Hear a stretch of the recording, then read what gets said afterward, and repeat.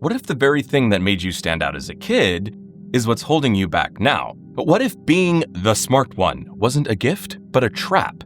And what if the real reason you feel so lost now is because you've never actually met yourself? Let's find out. You were told you were smart, maybe even brilliant. Teachers praised you, adults nodded approvingly when you spoke. You aced tests without trying and figured things out faster than the kids around you. So, naturally, you started to believe that being smart wasn't just something you were good at. It was who you were. It became your identity, and for a while, that identity worked. Until it didn't. See, Swiss psychiatrist Carl Jung called this kind of public-facing role the persona. The persona is a kind of mask designed, on the one hand, to make a definite impression upon others, and, on the other, to conceal the true nature of the individual. It's the mask we wear to fit in, to get approval, to feel like we belong. And as a child, your persona was built around intelligence. You got rewarded for being right, for being quick, for being impressive. But here's the problem. Once you believe that your worth comes from being smart, failure becomes terrifying. Making mistakes doesn't just feel like a setback, it feels like death. Because if you fail, you're not smart. And if you're not smart, then who are you? Jung warned us about this. He said the persona is not just who we are, it's who we pretend to be to survive in a social world. And if we confuse that mask for our real identity, we don't just become inauthentic, we become lost. Because when you become the persona, there's no one left behind the curtain. And slowly even you forget there was ever someone real underneath it. That's where the shadow begins to stir. Jung described the shadow as all the parts of ourselves we've disowned. Our fears, our shame, our raw feelings. In his work, Aeon, Researches into the Phenomenology of the Self, Jung stated, "The shadow is a moral problem that challenges the whole ego personality, for no one can become conscious of the shadow without considerable moral effort. To become conscious of it involves recognizing the dark aspects of the personality as present and real. This act is the essential condition for any kind of self-knowledge. But it's not just darkness, it's potential. It's everything that didn't fit the image we thought we had to be. So, if your entire life was built around being smart, then the shadow is where you locked away everything that made you feel not smart. And the price of that denial isn't just confusion, it's numbness. When you cut off the parts of yourself to survive, you survive, yes, but you stop really living. You become disconnected from yourself, from other people, from the world. Jung said the shadow is always with us. If you don't face it, it runs the show in secret. That's when your old wounds start driving your decisions. That's when you lash out at people who show emotions you don't understand. That's when you sabotage relationships, procrastinate on projects, or stay stuck in jobs you don't care about because, deep down, you're afraid of what might come up if you stop performing. And here's the thing, some of what's in your shadow isn't even bad. Sometimes it's your creativity, your passion, your vulnerability, your capacity to love, to cry, to change. But because those didn't fit the smart kid identity, they got shoved aside. And now, as an adult, you're left chasing some version of success that doesn't even feel like yours.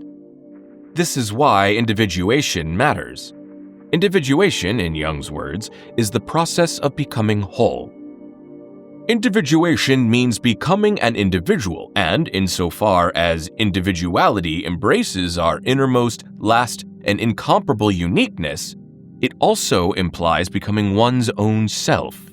It's not about being right or good or clever. It's about becoming yourself.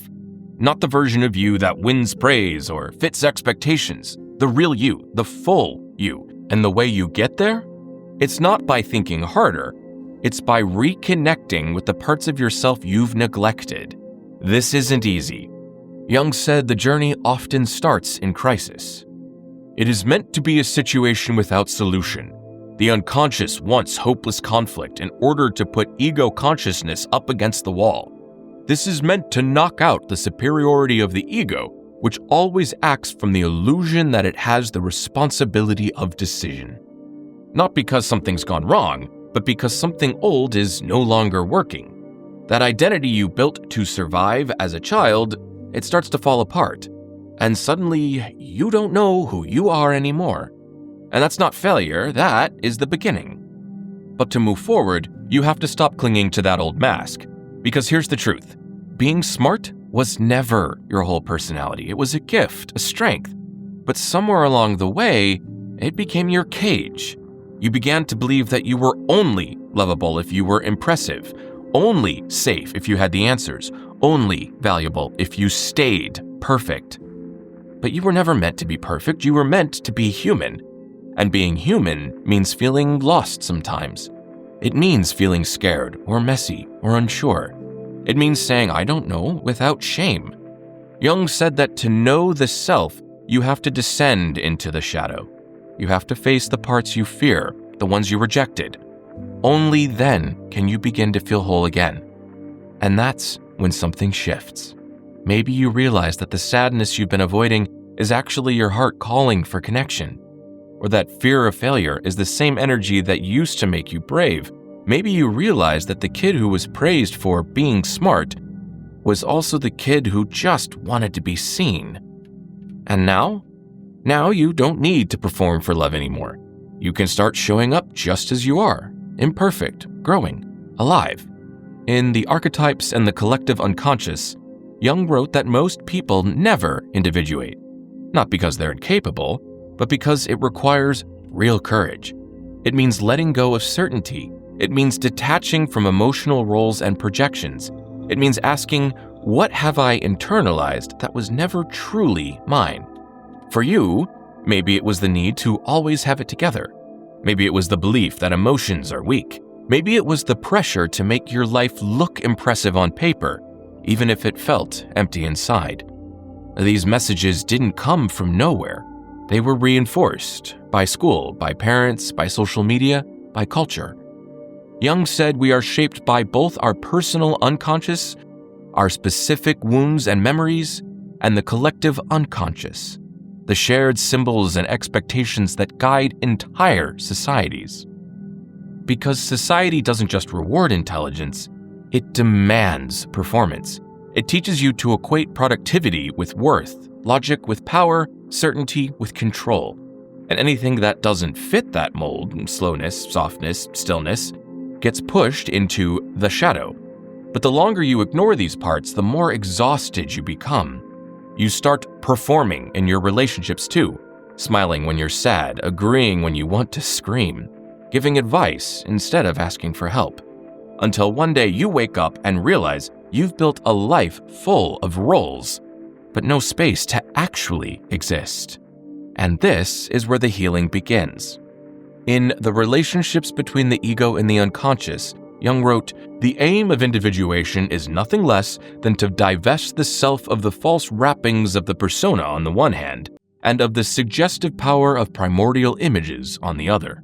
It's about learning to trust that there's a self behind it, a self that isn't perfect or polished or always on, but a self that is real. And this self? It's not something you invent.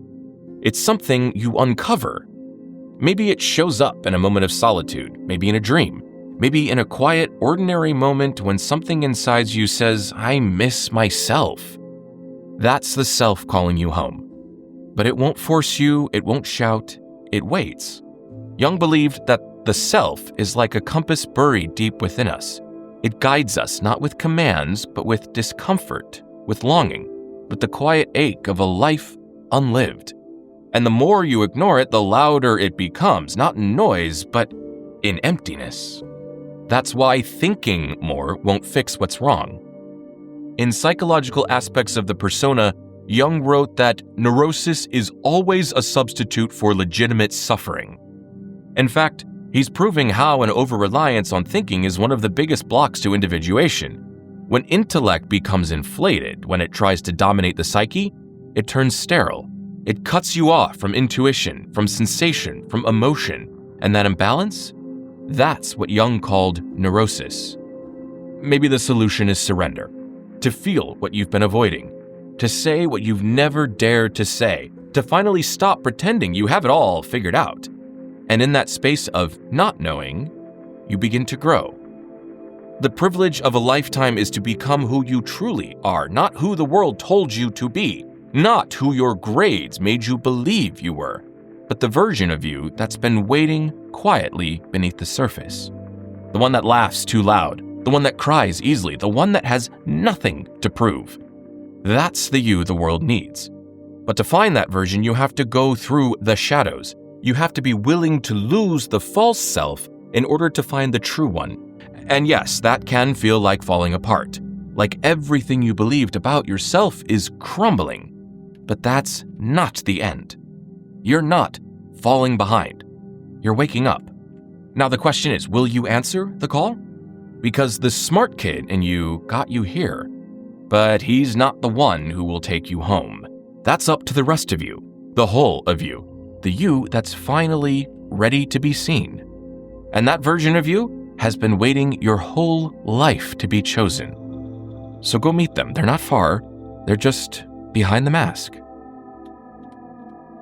If this resonated with you, there's more like this on our channel. Feel free to like, share, and subscribe if you haven't already.